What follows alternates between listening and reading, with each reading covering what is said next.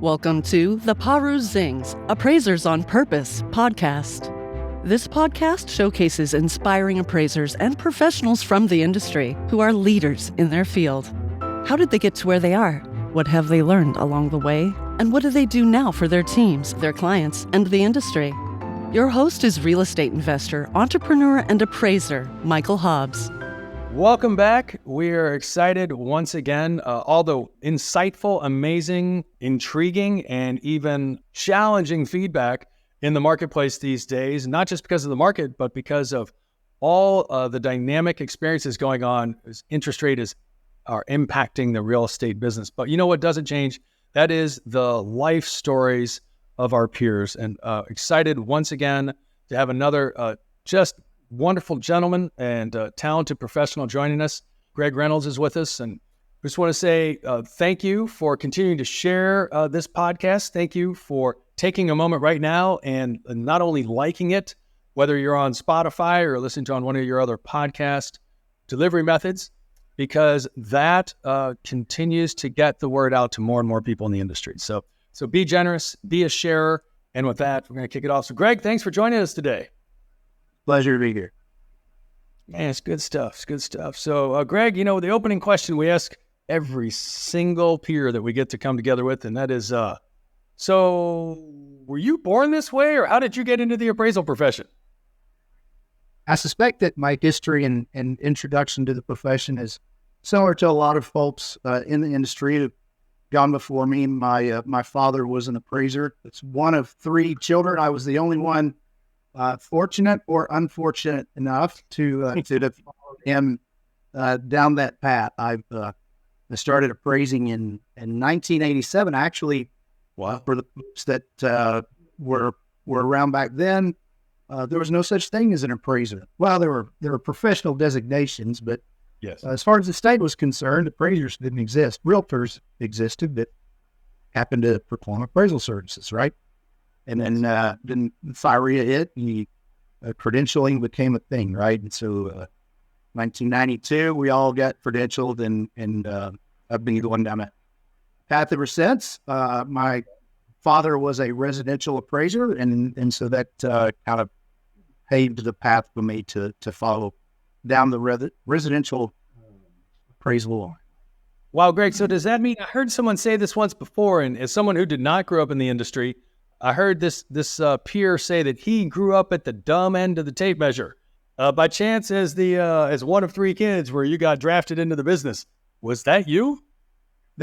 That was me. And you know, I kid with my father a lot that he taught me everything he knew, and then I started actually learning to be an appraiser after that. Oh, I love it. Because I was the dumb end of the stick.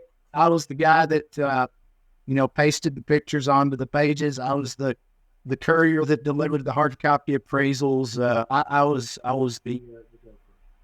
That's amazing. So I guess more importantly, being the young guy that you are, so what age were you when you first started appraising or participating in the appraisal process is maybe another way to look at it. I was just shy of 20 years old. I don't look it, I know, but I'm now 56, and it's. Oh my goodness! I didn't think you were a day over 29. That's been the only career path I've ever known. Wow. So how, in a household with a father who was a real estate appraiser, residential real estate appraiser, did you avoid being in the appraisal profession until age 20? I would have thought he'd have you out there at like 7. That's a interesting question. I don't have a good answer for that. I didn't really want to follow, that field. It wasn't, I don't know anybody that, as a kid, just says, hey, I want to be an appraiser when I grow up. First of all, nobody really knows. When they have career day at the schools, they don't often invite appraisers. It's policemen and firemen and nurses and doctors, right? Mm-hmm. So I initially thought I would go down another path, and life just, threw a curveball, and I found myself trying to make ends meet with my dad, and never found the wherewithal to get out of it before it kind of just sucked me in. Sucked you in. And that's, what a great visual. Kind of like one of those little movies where you got the shop vac and you're just pulling water right out. It sucked you right in like that. I think that most folks will attest to the fact that for the level of education and experience that was required and still is required, that it has been a very lucrative way to make a living. Appraising has been very good to me over the years. I'm afraid that we may be nearing the end of that utopia, but when I look back, I don't know that there's another profession I could have joined and been as successful as I've been, and actually enjoyed it as much as I've enjoyed appraising over the years. Yeah. So when you started out, did Dad draft you into the family business, or did you just get drafted into the industry? No, it was drafted into the family business. It was just kind of a perfect storm. My father was in a place where he had more work than he could handle. I was in a place where I needed work, period, and it kind of worked out. Oh, I get it. So what was it like starting back in the late 80s? I mean, you and I know it was very different, but for those that were not around or not in the industry at that point in time, what was, I mean, just because we have some young listeners here, Greg, we want to help them understand some of the technology that you had. Like, you had an automobile back then, right? There was electricity, there was automobiles. But there wasn't the internet. There was no internet, exactly. So, I tell people all the time when I'm engaging, in the past, when I've engaged folks to work for AMCs, some of the responses have been, well, I just can't make enough money working for an AMC. There are too many expectations. And I get to share my experience from the late 80s, early 90s, where, we would consistently run $3,000, $4,000 film bills. We would consistently run $3,000 overnight bills. We would glue pictures to pages. There was no such thing as mapping software. We had little stick-ons that we would stick to the pages, and deliver the hard copy. It was a completely different time then. Even MLS, it's nothing now to pop onto an MLS and access the MLS through the internet and get all the information that you need. Zoning information, MLS information, tax information. Wasn't the case back in the day. We had to go to the tax offices back in the day. We had to go to the realtor offices back in the day. It's hard to comprehend an appraisal environment without the internet. I think you touched on something that for those of us that have been around for a period of time, and many of us that have been in the industry for a lot longer, this idea of a film expense each month. What is film? And it's interesting. I just bought a 35 millimeter camera the other day. I did. For the purpose of just enjoying taking film pictures. All right. I haven't found someone that develops it yet, but there weren't many people who remember what film actually looked like and what pictures photos actually look like, right? 35 millimeter pictures picking it up from the film, from the CVS or Walgreens. Yeah. So how did that process work? So you used a device called a camera, but not something on your iPhone. This is correct.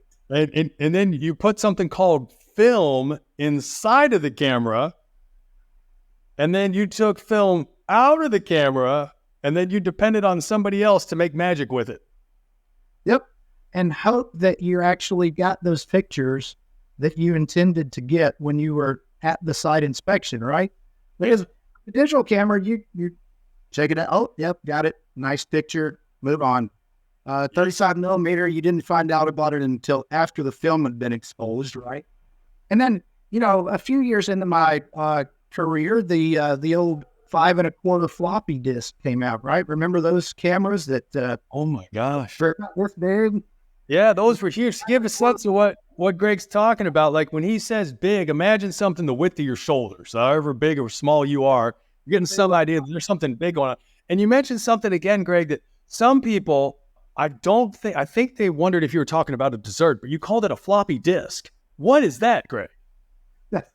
Well, prior to the 3.5 floppy disks, Oh my gosh, you mean there was more than one kind of dessert? There have been many iterations of the dessert.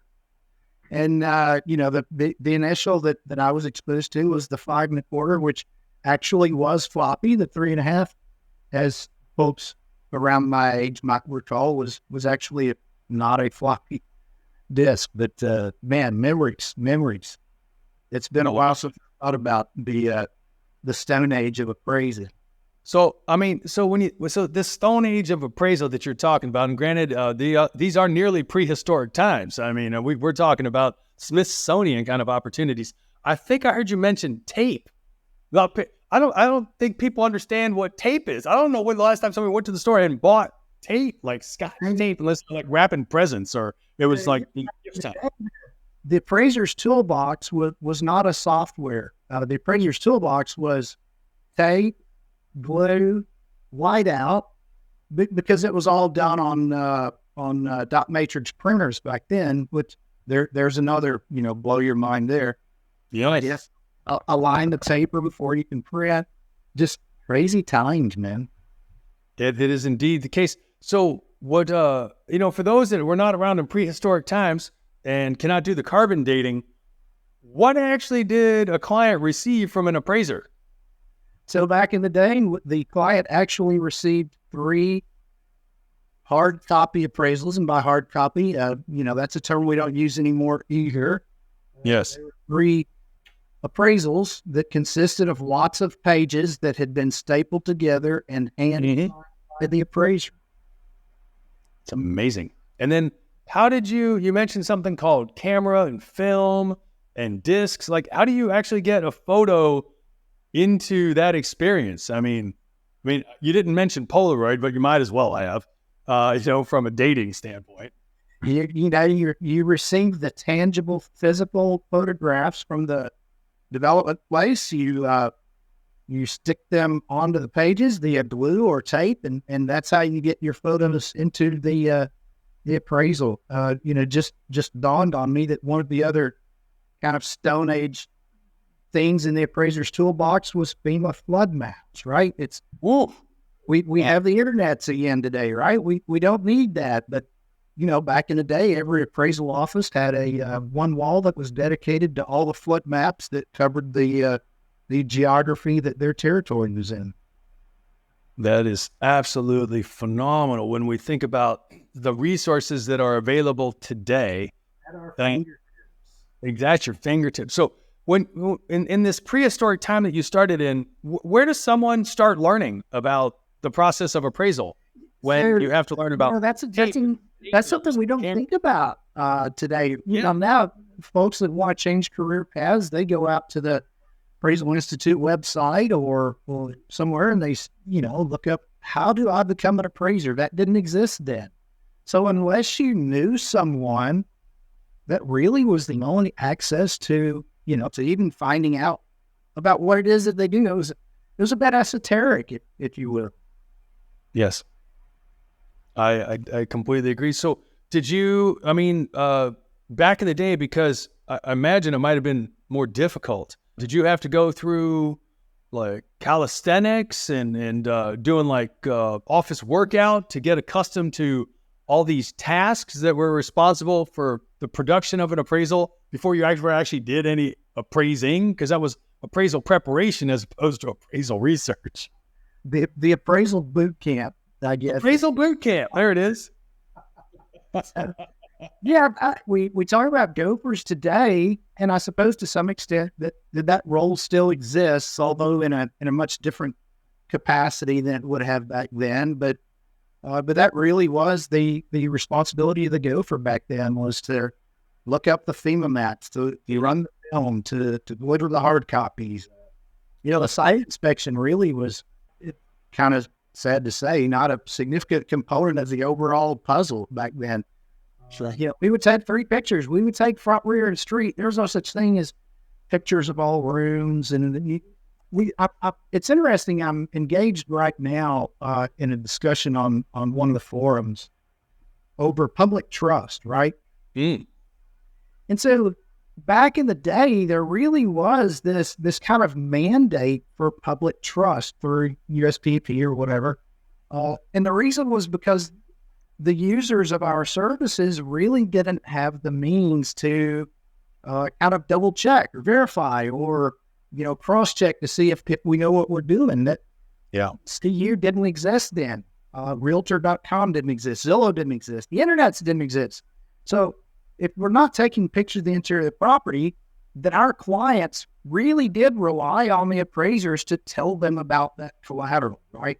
So I say that it was a minor component of the overall process, and yet that site inspection was we really were the eyes and the ears of the clients, the users of our services. Now, if you want to find out about the interior condition of a property, just pop on Zillow. It'll be out. Yeah. It was a different time. Indeed it was. Indeed it was.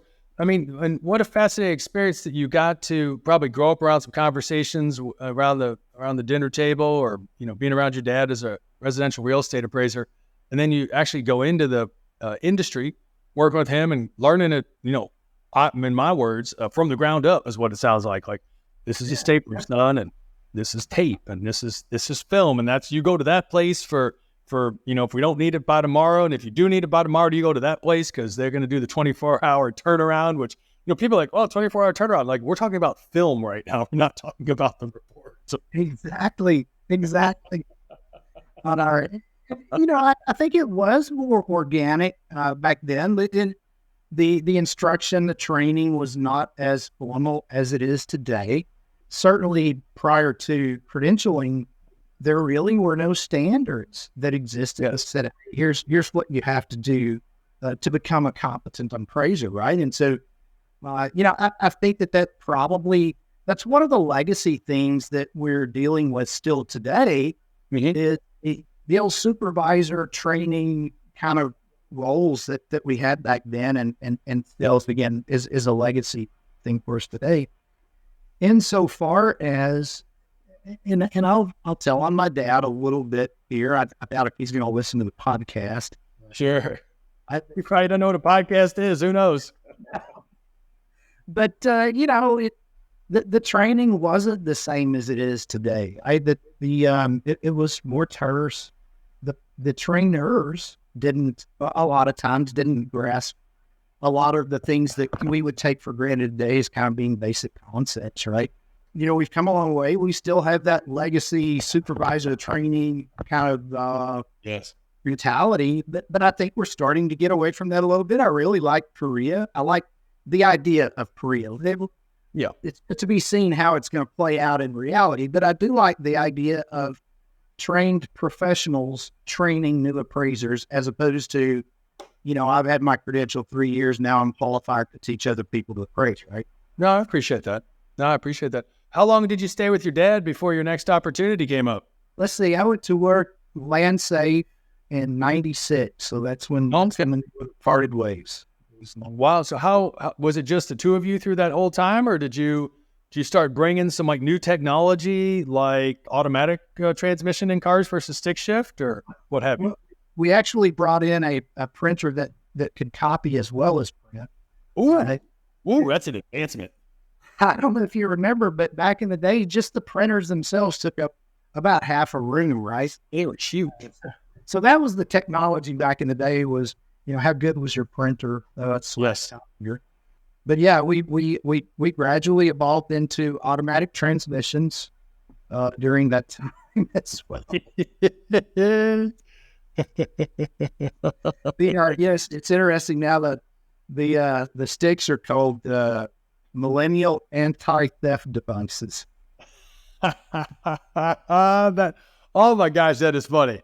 That's too funny. That is way too funny. Especially because I learned how to drive when I was 5. So I have a whole different relationship to driving. I mean, at 9, I was tall enough to be able to grab the steering wheel, push the clutch in, and put the tractor into gear. So when we would go down and visit my dad's parents, who were still farming at that time, they're like, you go straight to the end of the corn row, and then you stop, and then you stay there, and then someone else come over and turn the tractor and the implements around, and you're going to run it back down, and you're back to the thing. Yeah, that was it. So I can appreciate, just tape this piece of film right here, this photo. Don't do any more than that. So here you go, you and your dad, you bring some technology in. Did you take on any trainees or groom any people in that time? We actually had a pretty good sized shop at the time. At the biggest, we probably had about 10 appraisers in the shop. You guys. Back then, when you say you cover the Dallas-Fort Worth market, you really cover all counties within about a 60-mile radius of that market, right? Sure. And there's a lot more specialty with respect to geographic Yes. specialization now than there was at that time.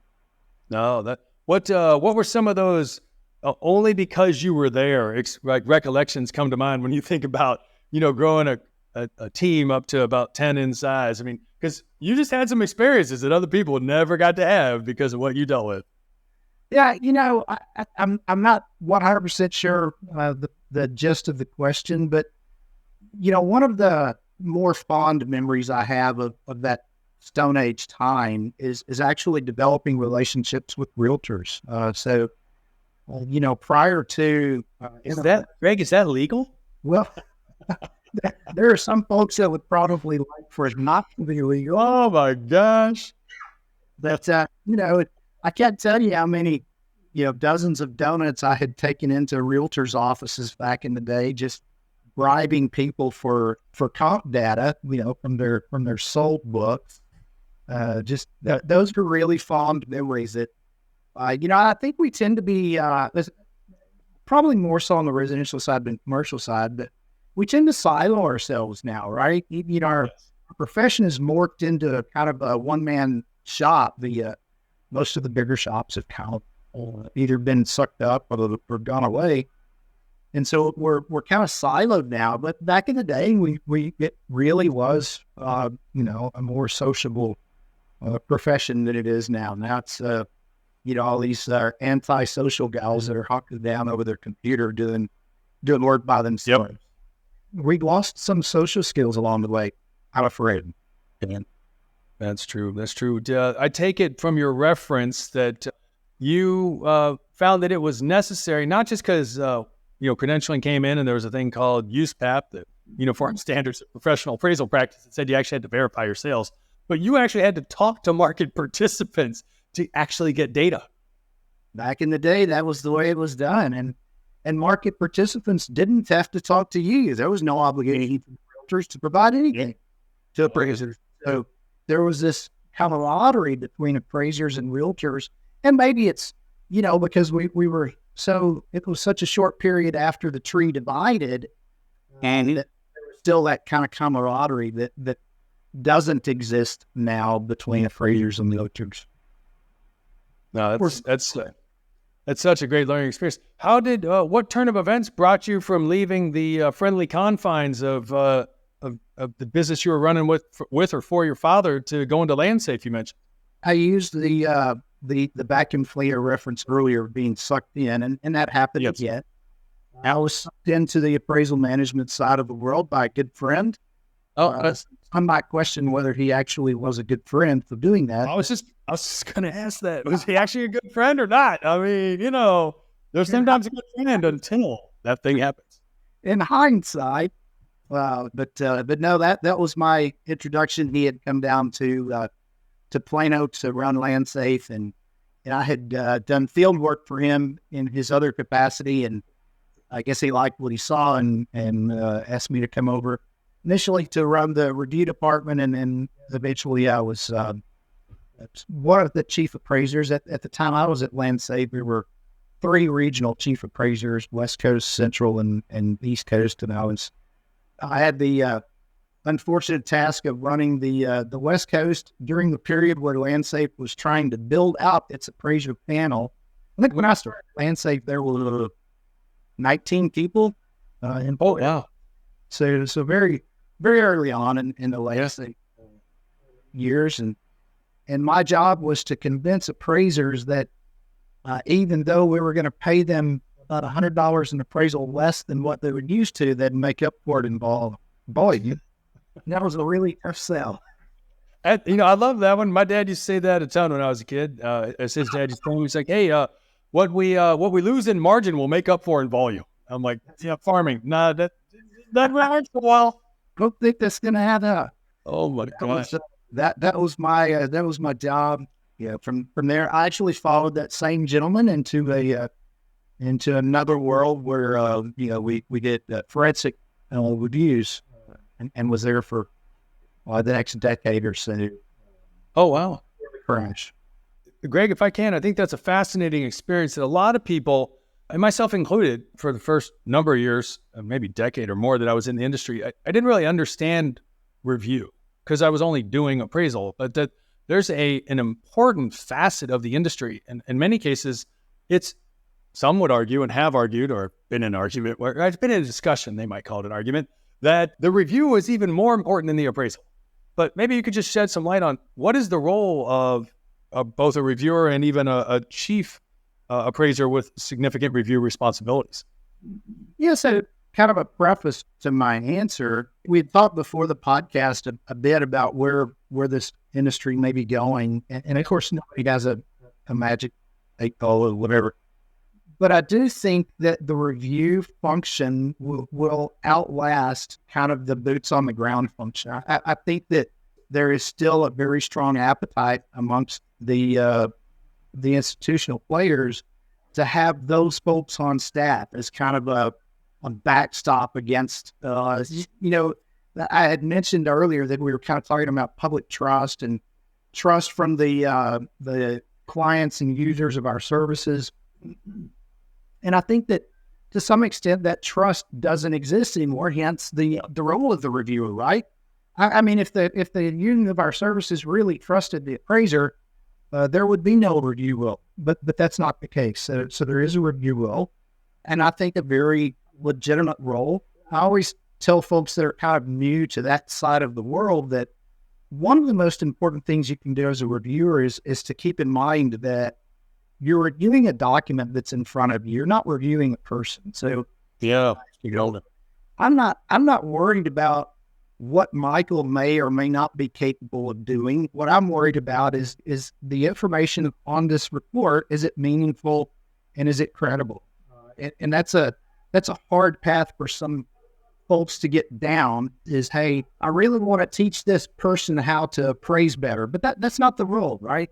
Your role is not mentor. Your role is to review the doc. So I think that's one of the most important facets or kind of mindsets that a reviewer can take. But yes, as far as the role itself, the reviewer role is to assess the credibility of the document under review and, whatever the overlays are that are really important to that client, yes, and value ratios, whatever it may be. No, that makes a ton of sense. What, aside from being an appraiser, was there any particular training or any particular activities you took on to develop your skills as a reviewer that you were able to step into that role when you took a corporate job?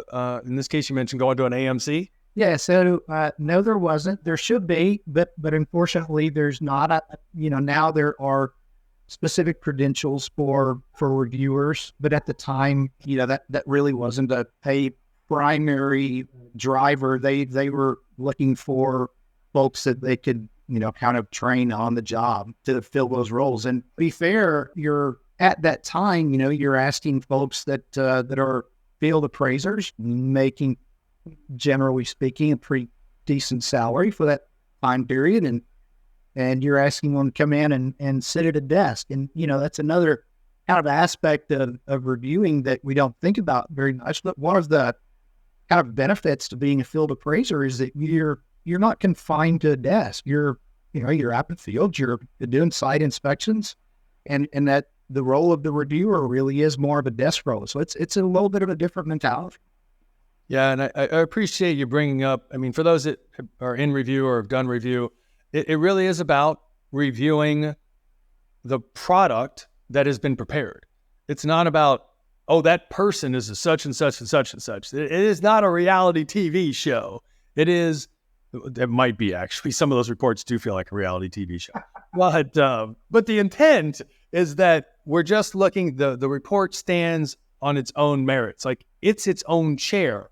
We're not judging the person who, designed or carved the chair. We're just designing the chair. Yeah, maybe it's a Southern saying. I don't know, but I've grown up with a saying that even a blind hog finds a nut every once in a while, right? So, oh yeah, you could have a really not well-trained appraiser that could accidentally put out some really good work, right? And yes. Conversely, you could have a really well-trained appraiser that can put out some less than stellar work product. And so that's why it's really important to focus on the document and not the person. I think that's such a good point. You mentioned forensic reviews. That's a topic that some people are extremely familiar with, but a lot of people are not. What's a forensic review? So forensic reviews, in my world, forensic reviews were related primarily to non-performing assets. So we did forensic reviews, which were typically historical reviews, assets that they get closed and funded on that for some reason had now gone into non-performing status. And the purpose of the review was to look for reasons for that appraisal to be deemed not credible. So this was kind of right on the front edge of, when we started seeing the cracks in, the mid-2000s. Yeah, that's such an important piece of it. And so you had that opportunity. And again, one of the benefits of these type of conversations is someone out there might be working with a family member, or maybe it's a sibling, maybe it's a parent, whoever it might be. Maybe it could be a neighbor.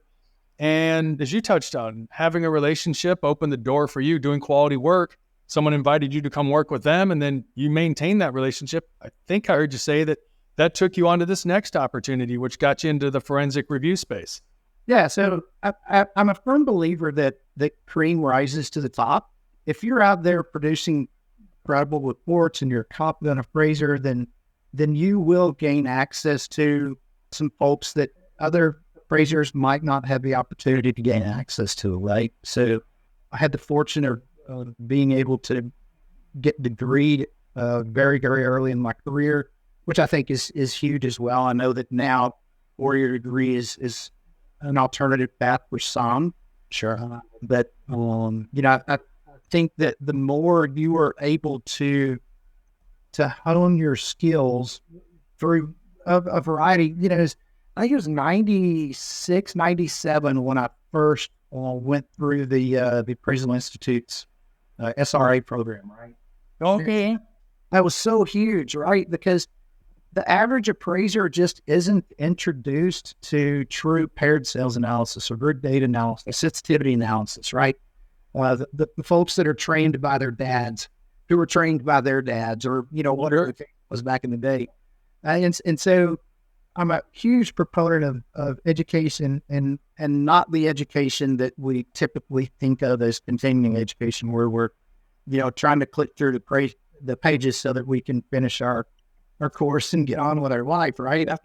I'm a proponent of those really, really tough classes, the statistics classes, the data analysis classes. That's the kind of stuff that makes us better appraisers.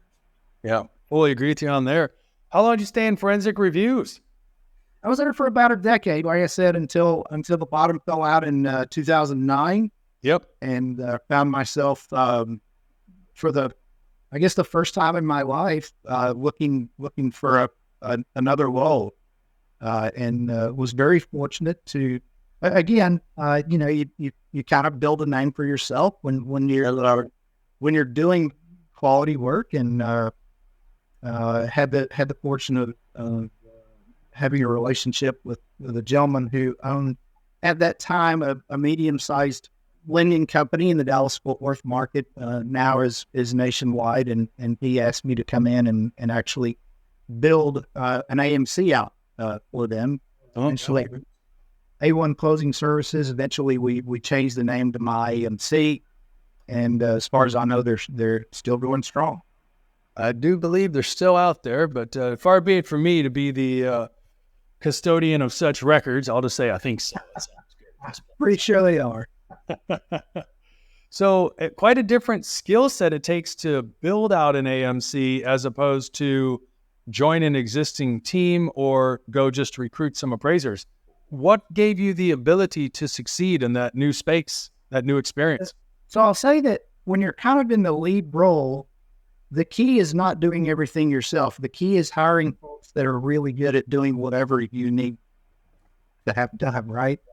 Because you can't be an expert in compliance and in panel management and in review and in IT and in human resource and in accounting. One person can't fill those roles, right?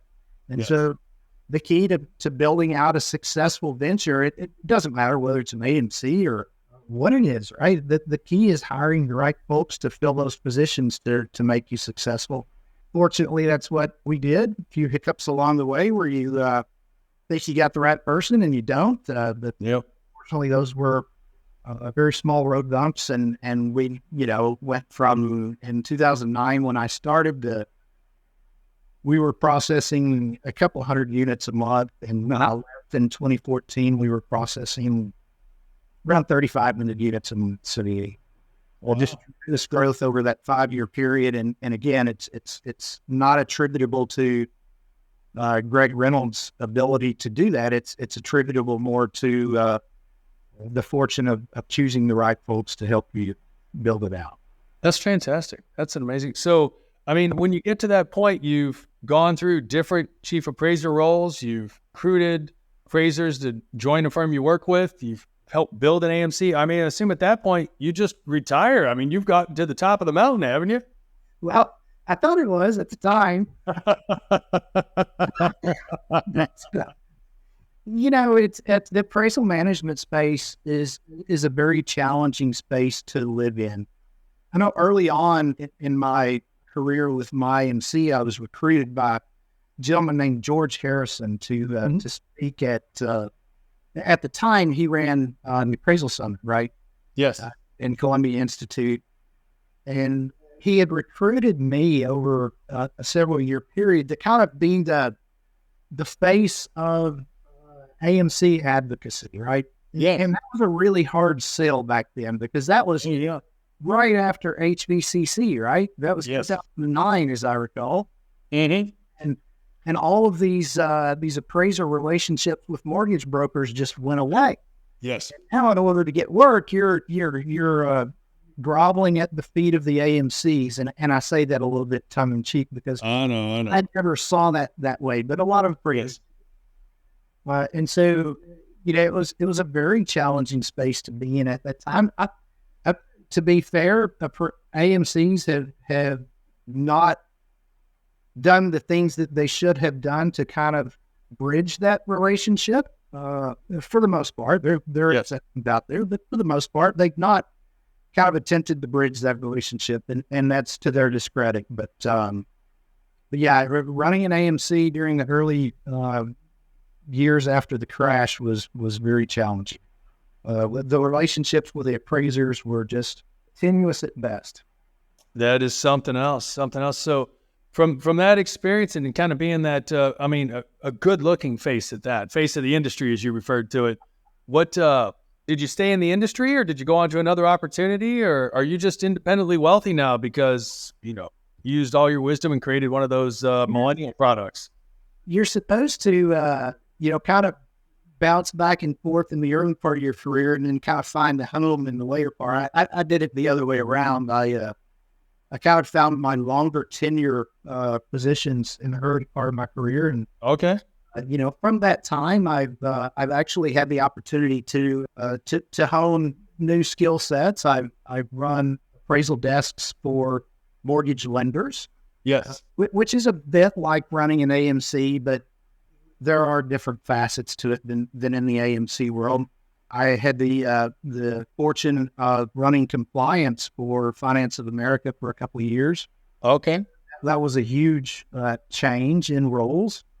For me, it was appraisal compliance, both with respect to, adherence to Dodd-Frank regulations, everything that kind of goes around what we think with respect to compliance. Yes. So that was running tests, building compliance stuff. It was, that was definitely a new skill set for me. And now here I am at the kind of the latter part of my career, and I find myself strapping homes again. So, oh my God! I guess I've come full circle. I mean, what a blessing some homeowner would get to have such literally an experienced appraisal professional, been around all segments of the valuation space, come out and just help them understand what a tape measure is. And maybe a digital measuring device.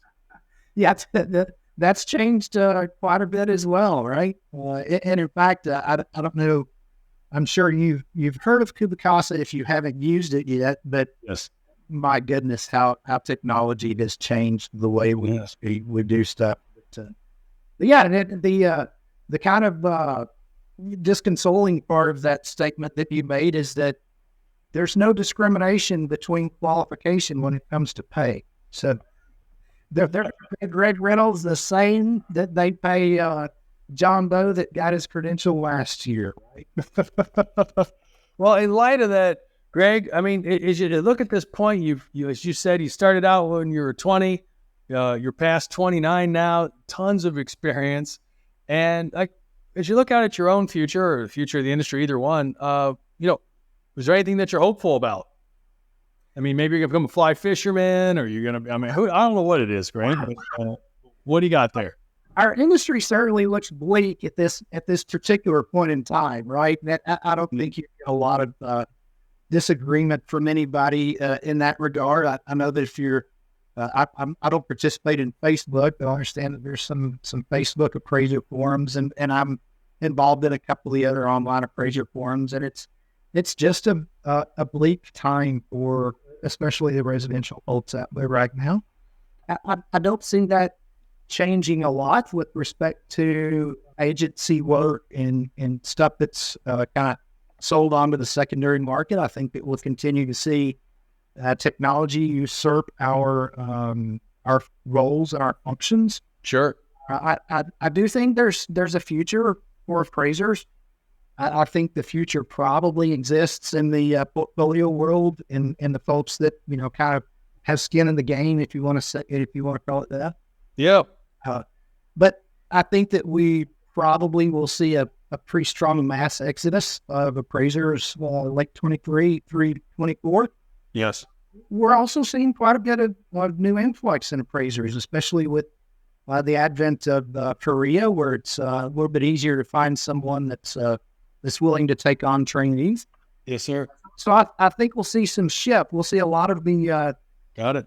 I don't know how you say old without saying old. How about vintage? Vintage.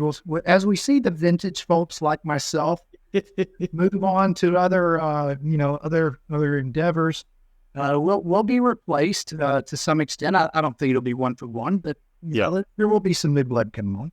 I got that. I appreciate you sharing that perspective. I mean, you sit in a different view of the industry and where it's at, what's possible, what's coming, what may or may not happen. And, that's just the whole intention, is give people some perspective and be more informed in their decision-making. I'm actually, on the foundation, I'm a, not mentor, but I'm a go-to person for folks that are exiting out of the armed services. Oh, fantastic. Thank you for your contribution. Appreciate it. Yeah. So I'm a resource for the guys that are exiting out of the armed services and looking at the appraisal profession. And I try to be very honest with, these are people that are going to be making career paths, right? So yes. To be very honest, it's not, when you look at from an economic perspective, the industries are born, they mature, they reach a point, and then there's an apex, and the industry starts on the decline. And I think that we're certainly in that decline. Yes. I don't think that we're at the end of our industry yet. No. We've got several decades left, I think, before it kind of goes the way of the dodo bird. But I, at the same time, an honest approach is one that does take into account, where we're at with technology and the agencies, with the waivers and with the advent of staffing in the AMC model. It is going to be more challenging for the boots on the ground to brave. That's life. I totally agree with you, my friend. I totally agree with you. That is definitely the case. Well, I just appreciate all that you've contributed to the industry and taking a little more time here to share a little perspective as well. It's helpful, and hopefully some of those people that are not yet in the profession that are considering it, or people that are coming into it through traditional means like their family or a friend, a friend that brings you over to some of those opportunities, or it's through some of these new programs that are coming up, that they're just in a position to make better decisions because of thoughtful sharing and reflecting on your experience as you provided. Absolutely. I appreciate it. Well, we're going to wrap this baby up and tie it up with a pretty bow and say, Greg, thank you so much. And everybody, look forward to our next podcast. And until then, have a great day. It's been a pleasure. Thanks for listening to this week's episode of Paru Zings, Appraisers on Purpose. We hope you enjoyed learning from the amazing life paths and achievements of our guests. Don't forget to like us on LinkedIn and other podcast channels to hear more from appraisers and valuers regarding their life and their work. If you have any suggestions or questions for future episodes, we'd love to hear from you. Just send us a message on LinkedIn and we'll be sure to get back to you. Thanks again for listening, and until we're together again for the next session of Paru Zings, Appraisers on Purpose, create the change that you seek.